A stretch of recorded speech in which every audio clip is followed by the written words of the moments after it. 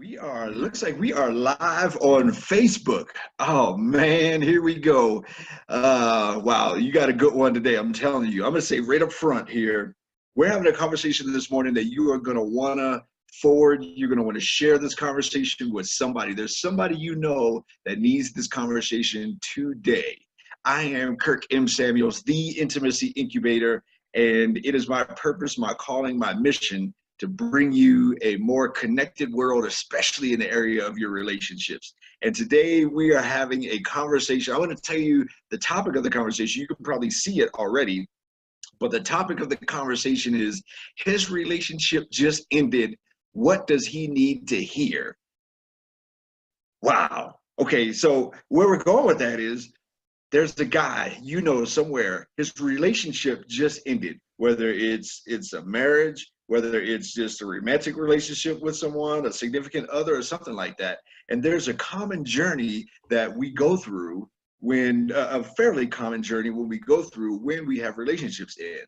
And so whoever you know that needs to hear this conversation, share this with them in Messenger, share this on your timeline. If you're watching this on YouTube, share this with somebody, subscribe, like, all those kinds of good things, because we are going to have a profound conversation this morning. And speaking of profound, I got a guy on the screen. I don't know if it's on my left or my right, because sometimes it's mirror on Facebook or whatever it is. But anyhow, I got a guy here this morning that, I mean, we're talking about relationships. I got a guy that is the grand poobah of the Relationship Institute of the Rockies. I mean, come on. I mean, that's like, I went straight to the top on this one. Straight to the top. I got my man early in the morning here, Mr. Alex Avila. How you doing, sir? I'm good, Kirk. Thank you for having me here. How you doing? Man, I'm awake, I think. I'm better right after this. Hold on one second. Yeah, pause. All right, now I'm good to go. That's like Popeye with the spinach. As soon as I get some of that. So for anyone that doesn't know, we actually record these right now. We're recording this somewhere around 6 a.m. It's relatively still dark outside. We happen to be in the middle of a cycle bomb blizzard, supposedly today in Denver, Colorado. But Alex, man, I appreciate you waking up this morning early and being, dialed in to have this conversation, man. You're a relationship guy. I mean, this is what you do for a living. Speaking of what you do for a living, what do you do for a living? Yeah, I work in private practice as a licensed counselor. So with this topic, I see people come to me with this all the time, the needs that they have. What do I do now? And just helping them make sense of their story, helping them process things and giving them next steps. I do that quite a bit with individuals, men and women, and I see a lot of couples as well, just being able to focus on relationships, restore them, launch them from the beginning. I see a lot of couples who are dating and engaged. So yeah, all what I do is about relationships and helping people reconcile and really be their best and discover a lot about themselves as well. Wow. And tell me about your book, man. Tell me about your book that you have out. Yeah, so I wrote a few years ago of 40 Forms of Intimacy. So the subtitle is Integrating Daily Connection into Your Couple Relationship. So I first started hearing a lot, especially when I was doing couple therapy, that people after a while, maybe sex would drop off a little bit. People would say, I haven't had intimacy for a while. And of course, they're talking about sex. And I wanted to help them discover that there are plenty of other ways that you can connect. You're connected right now, and in different ways that they can reach each other and feel closeness. So I just kind of broke it down to 40 different ways. Sex is one of them, like emotional intimacy, spiritual intimacy, and 37 others that really kind of help people see that they can pay attention to their sense of connection with their partner, and when they're building that, fueling that, or when maybe they're doing something that can have them feel disconnected. Wow. And see, this is how it's hand in glove. See, I am the Intimacy Incubator, and I got a guy that wrote the book 40 Forms of Intimacy. You know what I'm saying? I mean, this is like chocolate and peanut butter going together, man. I mean, shoot, I'm even chocolate colored and you peanut butter colored. Um, anyhow, that's just we're friends, by the way, and so that's just the way we roll. So Right. you can get used to that. So man, I mean that is fantastic, and I say all the time. And one of the reasons why I went with the whole notion, the moniker of intimacy incubator, is because um, I happen to work with, as you know, a lot of guys that are struggling to either get or stay free from internet pornography, and what he's really looking for is the deepest form of intimacy that he's ever had. And even though it's relatively shallow in the big picture of intimacy, that shows you how deep his intimacy pool is as far as his growth and development, especially if he's been consuming since he's 8 or 9 years old or something like that. So in actuality, he's looking for a place that he can put his deepest trust and his deepest secrets and his deepest desires and all those kinds of things. And so, anyhow, that's I mean, I'm just so lockstep with you on that whole thing, man. Of just that intimate from a guy perspective. When we hear the word intimacy, we think sex. Plainly, that's women seem to be more in tune with the different forms and dimensions of that because they're wired that way, and biologically, socially, emotionally, spiritually, and all those kinds of things. Guys, we generally tend to be more one dynamic. So I love the way you dove deep into that whole thing, man. You're profound. You're a guru in that area. I appreciate you on that. Of course, yeah. Yeah, it's hard sometimes to think about when we're connected. Some people, men and women, sometimes struggle with that. What does that mean to feel connected? What do you Mm-hmm. mean by that? So, just breaking that down, being able to help people have that conversation and in practical ways to connect with each other, reach each other, more than just sex, but emotional Yeah, intimacy, and yeah, all the other ways that they enjoy each other. yeah. So, Yeah, I mean, if we can be connected on multi levels, man, then we're not just dependent on that one level. And when that one level may come in, I believe maybe, and we already talked about how this conversation that we're having today could probably be a series, and we might come back and revisit this thing over and over again. But just on this notion, I almost wonder if, you know, just even in the different levels or dimensions of intimacy, if it can be like an ebb and flow in each one. And so, let's say, for example, whether it's physical intimacy, emotional and spiritual intimacy, whatever, each one of those has their own ebb and flow, their own high tide and low tide. So if you have multi levels or dimensions of intimacy, then you never experience a complete low tide or a complete absence because you have other forms of intimacy that can compensate at the same time. I mean, maybe that's a speculation. I don't know. You're the guru, not me. well, that's exactly right. When we're feeding our relationship in other areas, if there's one area that we just aren't clicking or connecting, or we need to take a break from, like some people with sexual intimacy, after a betrayal or something, like sex might be off the table for a little while. Yeah. So how do we still connect? It still might be through touch, still might be through conversation, but it's going to look different. So we need to pump up those other areas while Yeah. maybe the other ones could be on hold. Yeah. I mean, I was just on a podcast. Well, it actually just aired, or they just released it this past weekend. And we recorded it on Valentine's Day a month ago. Um, and on there, he was asking me, the way he led into the question was, talking about a husband that's trying to recover from pornography or trying to get free from pornography. And he basically led in with, the wife not withholding sex from the husband, because the husband is going to need that. And I kind of pushed back and I said, in actuality, the wife feels violated and she feels wounded and she feels hurt. So it's really unfair to expect the wife to just open up, her deepest wound at that moment to her husband. Though she may not be able to do that, there may be other ways to connect that she doesn't necessarily have to fully reject him. She can say, I can't give you that right now, but I can we go for a walk? Can I lay my head in your lap? Can you lay your head in my lap? Can we talk? Can we just, can we hold hands? Can we go out to there's different ways that she can come back and not fully reject him because he is in need. He's in withdrawals, but she can actually reach out to him and still have some level of connection without having the full withdrawal. Yeah, that's well said. It's hard to just completely shut somebody out, right? Even Yeah, after there's been some kind of difficulty or relationship trauma. yeah, How do we still prevent people feeling rejected? And yeah, if someone feels shut out, it's an all or nothing kind of feeling. And it's like yeah, the door is closed and I have no access to you. So how do we still maintain like some kind of connection and not yeah, say everything, I don't yeah, want to see you or hear from you for, however yeah. days. We have to keep something going.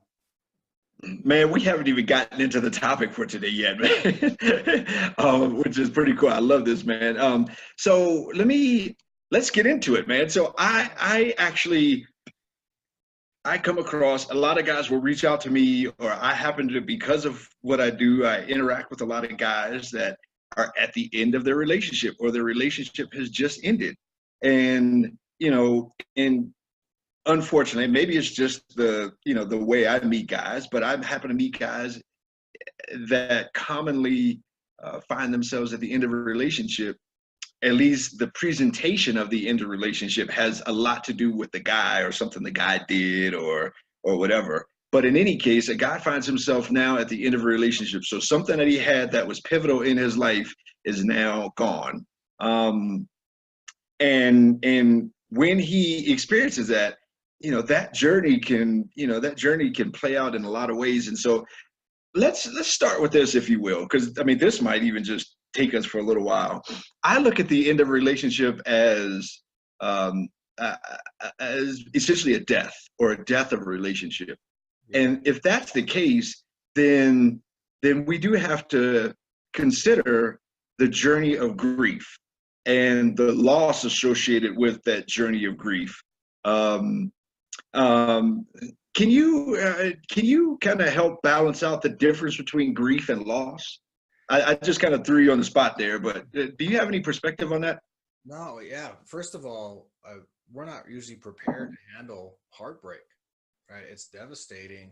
And when we go all in with somebody, we give them our whole heart and we've been with them, especially for a period of time, to live life with them, developed a lot of things together. How do we just flip a switch, right? So a lot of times people think of grief only around death, right? Losing a physical death, losing a person, pets, that kind of thing, versus we go through loss quite a bit, and which can come with other feelings. Think about if you were up for a raise and someone else got it, or a promotion you didn't get, right? And you're overlooked.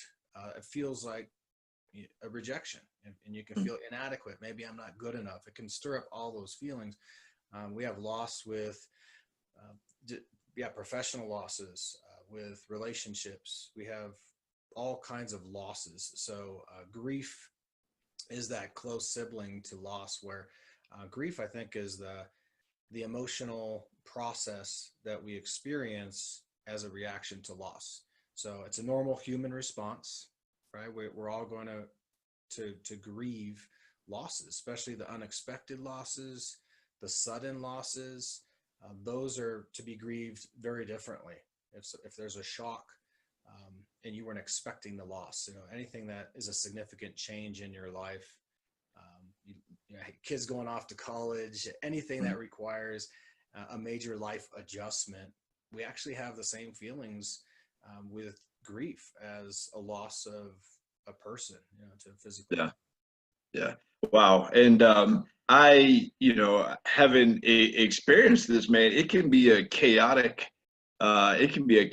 journey. And I want to frame this conversation. I want to frame this towards guys, if you don't mind. Actually, next week, this same exact time, I'm having this same exact conversation, framing it towards women. So if you're listening to this, if you're a woman, or if you know, and I have a female therapist that'll be on next week. Her name is Barbara Russell. But I want to. I mean, you're a guy. I'm a guy. I want to frame this conversation towards guys. And so it just hit me. What, if it's okay with you? I mean, we knew what we were going to talk about, but it's okay with you. I want to throw out the grief cycle, and not throw it out. I want to put it out to you, and I want to kind of almost semi-rapid fire go through this. First of all, can you like quickly just kind of summarize the whole notion? I will go through each one, but can you summarize the whole notion of what the grief cycle is just really quickly before we get into each one? For sure, yeah. There are 5 stages of grief that have been identified. Elizabeth Kubler-Ross identified these years ago, and so basically, shock denial is the first stage. You feel anger.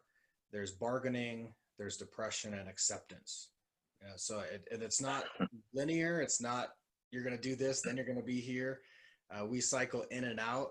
Feelings of anger, other emotions as well. Depression might not be a full depression, clinical depression, but there's a lot of sadness. Acceptance can come and go. You might accept part of it, and then later on, you're like, "Why is that still bothering me?" So yeah, there's several pieces to that, but it's cyclical. It comes and goes. It's not a one and done kind of process. So Yeah. And, you know, I got my little notes right here. I told you, man, I'm ready to go toe to toe with you, man. I got them. Yeah, I mean, for each one, and I love the way you say that. I mean, it's kind of in and out on each one, and there's really no logic, no order, no any of that kind of stuff. But these are things when I have gone through this, and even when I do experience this, it helped me significantly to be able to put a name to it and to say, okay, this is normal. Because otherwise you can feel like you're crazy when you're going through it. It can feel really chaotic, especially if you're a person that likes structure and like order and like I am. And a lot of guys, it likes to make sense. It can be really, man, it can throw you really for a loop, man. And so anyhow, so I want to throw out almost, like I said, almost semi-rapid fire and kind of get you to quickly unpack each one. Now, again, we're understanding that these are not linear, so there's no order because they don't really go in order. I'm just gonna, we're just gonna make our way through them. But I think being able to put a name to it from a guy perspective and say, okay, this is that, and now I'm experiencing that, whatever that is. So let's talk about denial. I mean, let's talk about denial. I mean, what does denial present like for a guy when he's experiencing that? yeah, I think if someone hears the news, a guy hears the news that we're done. I mean, we say that sometimes just in a pretty escalated fight, right? So we might have heard those words and they haven't really set in, but when they're trying to come to terms with, wow, this relationship is ending, and this relationship has ended, it's picking myself, what do I do now, right? It's devastating. Like in that first part is shock and denial. It's really, I think, our internal system trying to oppose that. Like, this cannot be happening. Is this for real? What does this mean for me? All these questions, where do I go from here? What do I do now? And that can spiral into this negative self-talk as well, where we're like, am I good enough? Am I a failure? Some of those negative core beliefs, even from our childhood, can pop up. I'm not good enough. I failed. I've disappointed somebody. And if there are kids involved, now I'm impacting them. And so there's a lot that we ask ourselves immediately. What does this mean for us? It's hard to even think about shifting into this next season of our life without that person. Yeah. I mean, that feeling is very real for sure. Like, no way. And that's when a lot of guys will clamp on, and a lot of guys will kind of, that refusal to let go and all those kinds of things. Okay, so that's denial. Mm-hmm. What does it look like for a guy when it pops up in the shape of anger? Yeah, I think that's an easy go-to feeling for guys, right? And if you think about what's accepted usually in our culture for men to feel and express, right? The three main emotions or feelings that people have: mad, sad, glad, right? And usually men can only express the glad, maybe a little bit of the sad, but don't cry, and then some of the mad, but it better be under control. So when our regular anger that we experience, whether we're impatient or frustrated, all of that mixed with the other combination of emotions around a loss, right, that might include confusion and guilt and loneliness. All of this mixture is explosive. So if that's been our go-to emotion is anger, whatever that looks like for us, we're going to express it, but we're going to step it up, right? Because it hurts so much. So on the surface, comes out as anger. It can be physical, right? People throw things, hit things. Sometimes we forget or don't know that when we feel angry, blood actually flows to our hands. So that's why people will slam their hands down. They slam doors. They hit or push or punch people. They stomp out of the room. When there's fear, when we feel fear, blood flows to our feet. So we want to run. So our body's constantly feeding back to us what we're feeling. So if we can't identify what we're feeling, a lot of times we could just pay attention to our body. But yeah, we're gonna step it up because we're hurt, right? There's immense pain, and if it comes out as anger, probably all our lives we're told like don't, by our parents, don't do that, don't yell, don't raise your voice, don't get angry, don't stomp out of the room. So some of that is contained and suppressed. So when we feel something as devastating as a heartbreak, a loss of someone very meaningful to us, sometimes that just spills out, right? It explodes. So it can come out in a lot of ways. Man, when you said that part about the blood in the hands, I mean, I think in pictures, and when you said that, the very first thing I thought about was Hulk. I mean, if you think about now, I mean that's what the Hulk is. I mean, not only does he, when he gets angry, but then even now when you go to the store, you buy the Hulk fist, you buy the Hulk hands, and it's Hulk smash, and that's exactly So yeah, that there absolutely is that experience and that expression of it in terms of something with my hands, whether that's hitting of something, or even a writing or a typing or a saying of something, but yeah, some kind of outward expression of that. But the first thing I thought about was Hulk and that Hulk smash. They're very physical, right? Very physical. Yeah. And I mean, hopefully, and obviously this is not an excuse to do any of that, and none of that is right to express. And you smash something, and you may have popo coming at your door here pretty soon, and quite honestly, rightfully so. I don't advocate and I don't make an excuse for any guy taking any kind of anger out on anything or anyone. I grew up with that, and that sucks. And you need to get down and do some push-ups or something like that.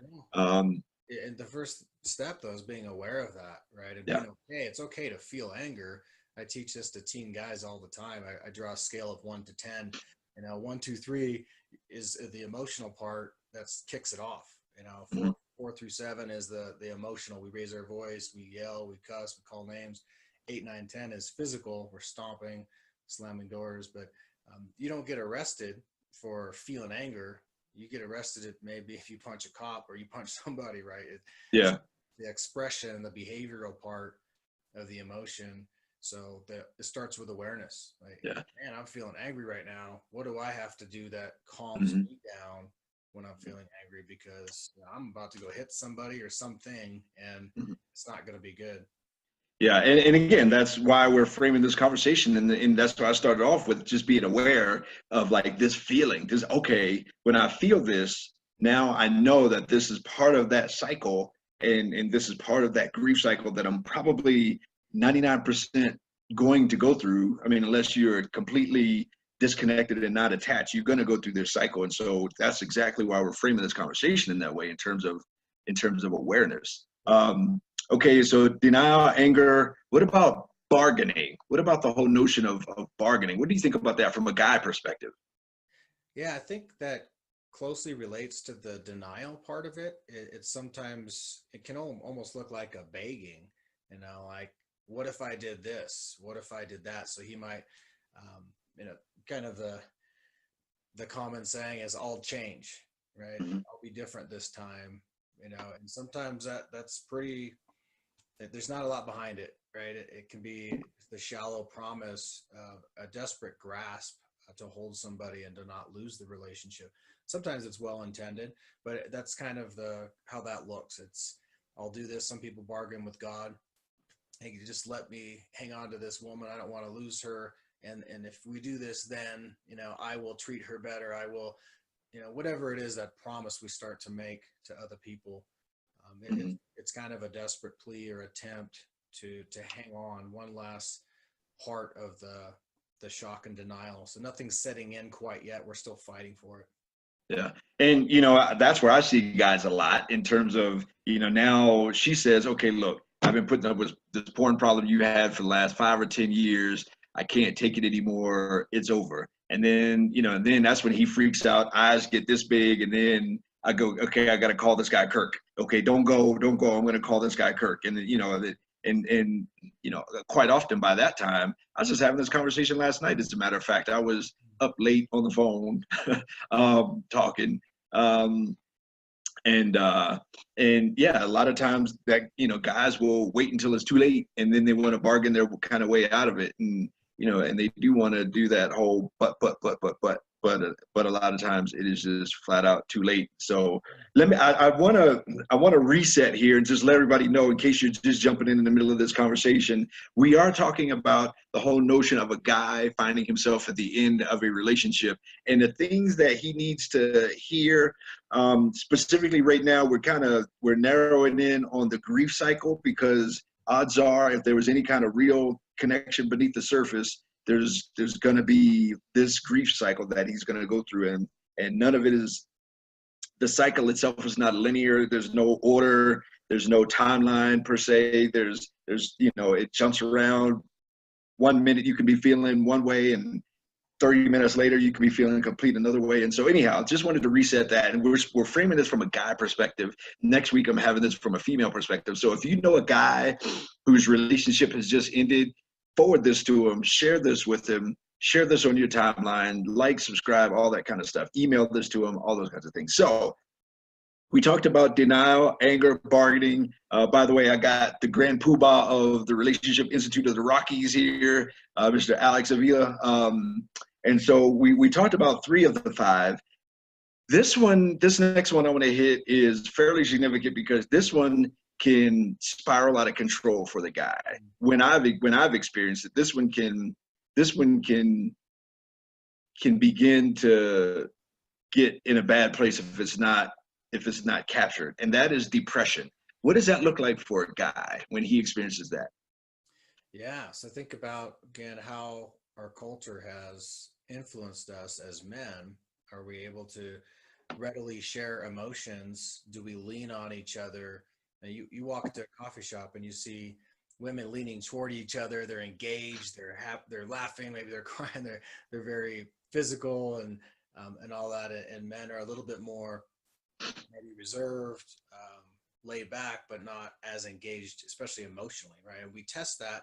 Who can I share my feelings with? But we get sad when we isolate, when we bury the normal human response, the feelings that we're going to have in the reaction to a loss.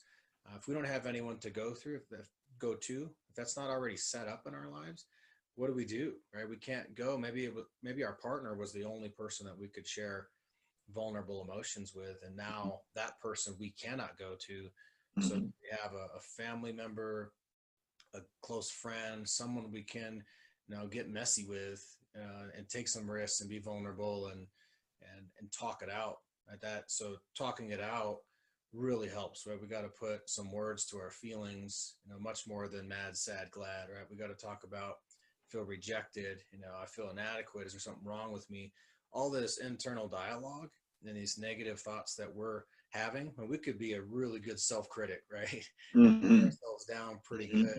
So when we can start to voice these thoughts and feelings with somebody else that knows us, that cares for us, that has been there in the long term, and they can call out the truth in us in that moment when we're trying to start to believe lies, that can be a huge shift, which helps prevent us from sinking into that depression.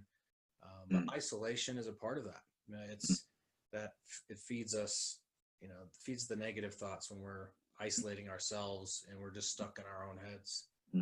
Yeah, man, that is huge, man, in terms of guys tend to be isolated anyway. And so, yeah, when you get into that valley of depression, and it's like, and let's be honest, when you're in a relationship, especially if you're in a deep relationship, you're on drugs. You're on oxytocin and endorphins and dopamine.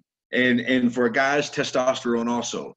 And so when you take that away, especially if it happens fairly suddenly, when you take that away, you go into withdrawals. I mean, you're in withdrawals from those chemicals that you've been getting. And so, part of that withdrawal, if you study, detox and all that kind of stuff, part of that is that depression kind of experience of, now I'm living life without these things that I had yesterday, without the I love yous, without the expectation of the next date, and without all those kinds of things. And so absolutely part of that depression thing, man. And man, I couldn't agree more with you in terms of the talking, in terms of, because if guys are like me, you get, that voice starts spinning in your head, man, and you start telling yourself all kinds of things. And that's when that voice can kind of spin you off into left field. And all of a sudden you start thinking, thoughts. And all of a sudden you start thinking, maybe I don't even deserve to live. Or maybe you start thinking,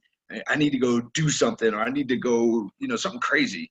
And if you don't, absent of the opportunity to talk, which I'm going to circle back to at the end of this grief cycle conversation, but absent of the opportunity to talk about those things, mm-hmm. that voice will just keep spinning, and it'll keep getting louder and louder and louder and louder. And that voice sounds like your voice. Yeah. That's the other thing. That voice always, I'm telling you not what I heard, I'm telling you what I know. That voice sounds like your voice, and it begins to become a real conversation with yourself when that is not you. Right. And you got to be able to have those greater conversations. It might be hard to hear people close to you say, you know what, you're a good guy, and some of it was her too, and it might be hard to hear, especially if the relationship ended because of something you did.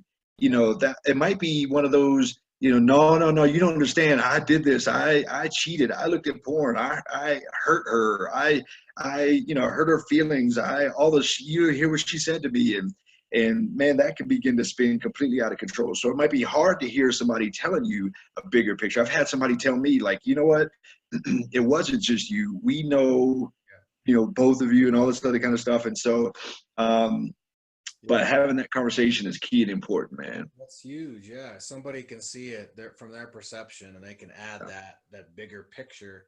Yeah. So the guilt is good, right? Some of the emotions that we have, they're all there for a reason. Sometimes we try to escape the negative ones, the ones that we don't feel comfortable with. We just suppress or avoid. I don't want to feel shame, right? I don't want to feel guilt. I don't want to feel inadequate. I want to leave that, but we need to sit there for a little bit, listen to that. Why am I feeling this? What do I do? And the guilt can actually move us into action. But if we sit in it for too long, we beat ourselves up pretty badly, and then we aren't talking the truth anymore. So having somebody that knows us, maybe knows the other person, our situation, they can help us sort it out. What was my responsibility in the relationship? What did I do?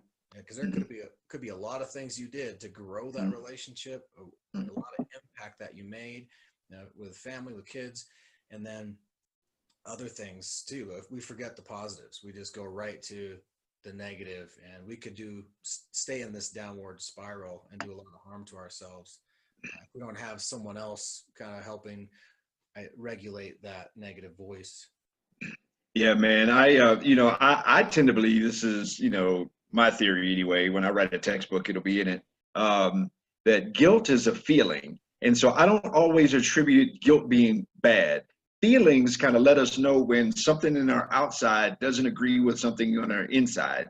And so I don't necessarily think that guilt is always bad. Where I do think it's bad is when you sit in guilt too long, it becomes shame.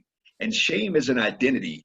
And shame is something that, that when it becomes an identity, then that can be something completely detrimental. And so I am absolutely opposed to shame. Yeah. Even if you did something really, really traumatic and really outward, and it was your responsibility, that guilt, to your point, our feelings drive us to action. When we feel cold, we put on a coat. When I feel sick, I go to the doctor. I mean, it's our way for our body to communicate with us. But the shame kind of goes to a whole nother level, and the shame can drive how you think, or who you think you are as a person and as a human being. And now, from my experience with relationships, most of the time when you get to the end of a relationship, unless it's something way out in left field, unless it was something pretty blatant, like she cheated or something like that. And even then, this still could apply. But unless it's something pretty blatant like that, what I found is quite often the guy ends up being the center of why the relationship ended. I haven't met too many, I haven't heard too many scenarios, haven't experienced too often where the woman says, you know what, this was all me and it was not you. I've even heard multiple scenarios of where she might have cheated and still came back and said, yeah, it's because you didn't, whatever. Right. And so and I say that again, this is in the context of guys. A lot of times a guy will find himself in a relationship with all of it being put on him as to why it all ended. And so that's why this whole notion of this cycle, and even specifically the depression and the shame and the guilt, means something. And so, I mean, this is a really important point. Yeah, and someone else can help us process and own what did we do. Two partners in a relationship, they both contribute, right, to positively and negatively all the time to the relationship, right? Either the sense of connection or disconnection. So if we can own our part, that's an important thing to do as a man, is to say, this, I did this, I have to Mm-hmm. own that. But I'm not going to take on what she did. Like, this was her behavior, her choice. I'm not going to own what she did. I'm not going to take responsibility if I'm being blamed for something that I didn't do. Yeah. I mean, I've even had a therapist tell me, after kind of hearing, the scenario, I've even had a therapist tell me, well, you ever consider that maybe she couldn't attach? Or you ever consider that maybe she has issues with men? And just kind of a bigger picture, I'm like, wow, I thought I was the one that jacked up the relationship. But, I've even had somebody kind of presented like, maybe she ended it because you met her expectation of a man disappointing you, or whatever it is. I mean, but again, speaking from a guy to a guy perspective, that there is a part that you absolutely need to own, but maybe having this conversation with someone can help you see a bigger picture where you don't stay in the depression thing. So so I don't keep you on here all morning long, although the blizzard is going to hit and we're all going to be stuck in Armageddon forever, apparently. The last part of this, not the last part, but the last bullet point of the grief cycle, again, not linear, could come and go, all those kinds of things. But the last one that we didn't hit yet is acceptance. What does acceptance look like for a guy in terms of this grief cycle, stages of grief? Yeah, I think acceptance can start with what happened, right? As we make sense of it, again, how did I contribute to this? What is mine? What is hers? What is the boundary there of just really sorting this out, and the emotional process too. What am I feeling? It's starting to come to terms with, okay, I felt anger, but what's underneath the anger? Like the iceberg analogy, right? There's probably a quarter or a fifth above the surface, and there's 3/4 or more under the surface. So there's so much more. There's anger, but again, because of rejection, inadequacy, failure. So making sense of all the emotions that we would have felt is accepting part of the process, owning the behaviors, owning what I did or didn't do throughout the lifespan of the relationship. And it's really coming to terms with what has happened. So again, we don't just settle into acceptance and then, okay, now we can move on. Grief can last a few months, a few years. We're still going to have memories triggered of time we spent, places we went to with this person, probably for decades. Things will spark into our minds. So, but the grief part of it, if we're really in a depression, it could be long. So there's no time limit. It's not like you should be over this by now. That's another thing. If people don't really realize the mixture of emotions and the experiences we've had with that person, they don't know exactly how long it's going to take, and we don't know either. So there's no prescribed, you should be done by this time. I mean, when grief can actually become, complicated grief, they call it, in bereavement, where if it is actually beyond 3 months, where someone can't leave the house, where they're crying all the time, where they can't function, that's a different level of this. But there is no really time limit to when we we stop having sad feelings about this. So it's a process, but acceptance is being able to come to terms with all of those previous pieces. So this happened. I can't believe it. I tried. I pled. I tried to work through it. Yeah, I felt sad and a number of other emotions, but I'm starting to accept this has happened, and it's constant adjustment. So it's, wow, my life is going to change logically, practically, but also who's in my life, how I feel. So when we start to accept that process, we can move on in a healthier manner. But if we repress it, we don't go through the process, it can be prolonged, and actually we jump into another relationship, we carry that same stuff, everything is repressed, and it's going to show up in the next relationship. So I think there should be a gap in between any significant relationship with someone, is to take time to process things. We got to bounce back, having learned from our dynamics after we've reflected, examined, evaluated, like what did I do, what did I not do? I think we owe that to ourselves to really examine those things, and then to the other people around us. If we have kids and we're bouncing into the next relationship and we haven't processed that, our kids are going to experience that. They're going to see, you could benefit from some time alone, Dad, right? They could see it. So we need to really take that time. Yeah, man. I think that whole notion of acceptance, man, I think the way you hit that, man, we have to accept the pain. I mean, just accept the cycle, accept the moment, accept the process. The whole notion of becoming a Navy SEAL is not so much how many push-ups you can do and all those kinds of things. Some of it is, but if you really listen to a Navy SEAL talk about becoming a Navy SEAL, it's your ability to accept pain and to be able to suffer through the pain, suffer in silence, and to be able to have the tenacity to just accept, like, this sucks right now, and to move on through that. But from my experience, in terms of this grief cycle, or the stages of grief rather, being able to accept the moment, being able to accept the new norm, the new reality, be able to accept loneliness. And that's, the whole notion of moving on to the next relationship really quickly. If you examine your life, the only common factor in all of your failed relationships is you. Right. And so quite often we do carry, baggage into the next relationship, and it becomes luggage for the other person. And, and for that next relationship. And then we do keep carrying the one thing over and over and over again. And so to deal with that, but to accept that, and to accept the process, and to accept, again, the pain of it all, of it hurts, man, and it sucks. And you're dealing with, like I said, the withdrawals and all those kinds of things. I think the greatest thing you can accept is that you need to talk to somebody. Right. So that's where I want to circle back to. And my advice to a guy from a guy that has experiences is, by the time you think you need to talk to a therapist, it's probably too late.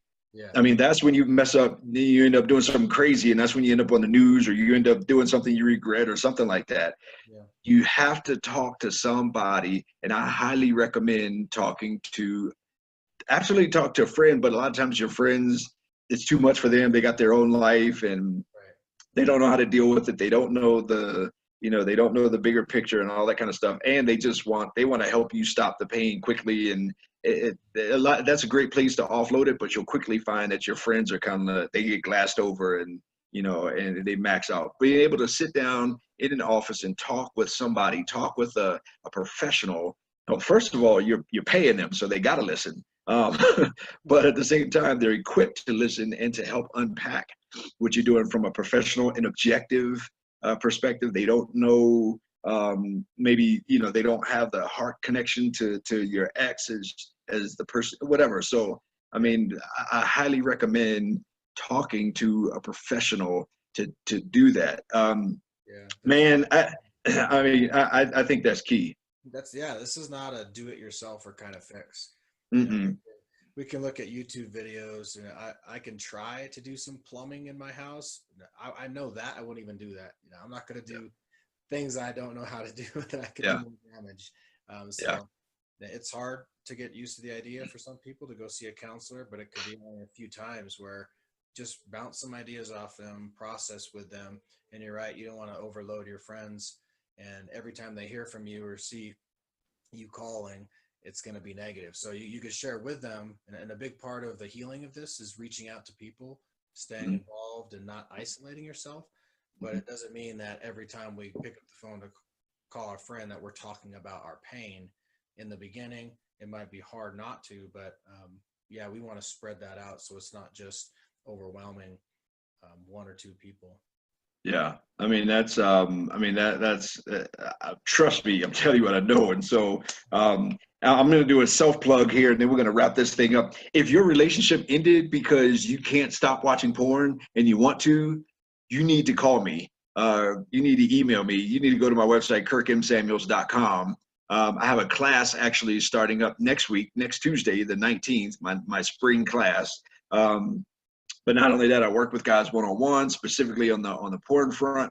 And I work with guys like Alex, which is why we're partnered even in this setting, because I'm not him and he's not me, but we work well together in terms of his cognitive therapy with my behavioral therapy. I mean, it's chocolate and peanut butter, man. It's shake and bake. It's Ricky Bobby and Cal Naughton Jr. I mean, you go on and on and on. Batman and Robin. He's Batman, I'm Robin. But anyhow, and so absolutely reach out. And this conversation is for the guy that if it's not you, whose relationship just ended. 6 out of 10 divorces involve someone with a porn problem. 7 out of 10 divorces involve someone that found another partner online. And so this conversation is very relevant to somebody and if somebody just went through a divorce, if somebody just went through a relationship breakdown, forward this to them, share this with them, share this on your timeline. Send this link to them if you're watching this on YouTube, whatever it is, subscribe, all those kinds of things. Alex, I'm going to completely put you on the spot, man. Can we do this again in 2 weeks? Yep, I'll be here. Okay, so because what I want to do is we've already been on here longer than I'd like to. But all we did was go through the stages of grief. I would like to come back in 2 weeks and talk about what next? Like, what should he actually do? Guys are really do oriented. And so I want to get into some nuts and bolts on what a guy should do at the end of his relationship. How should he actually, when he wakes up in the morning, what kind of things should he do to kind of help him through this process? And so, man, if we can come back in 2 weeks and unpack that, man, that would be phenomenal. Yeah, definitely. There are some action steps we need to take, and it'd be great to talk about them with you. In the meantime, how can somebody get a hold of you if they want to get a hold of you? They can call me. I can give a number, 720-316-7771. They can email me. I think you put that on your website. It's alex@alexanderavila.com. They can look at relationshipinstitute.org. I'm there. I have another therapist on staff full-time that specializes in relationships, actually with grief and adjustment and loss. So yeah, I'm available to consult with for counseling. Yeah, I have some spots available. And I mean, again, whoever the guy is, whether it's you or somebody they need to talk to somebody. I mean, I hate.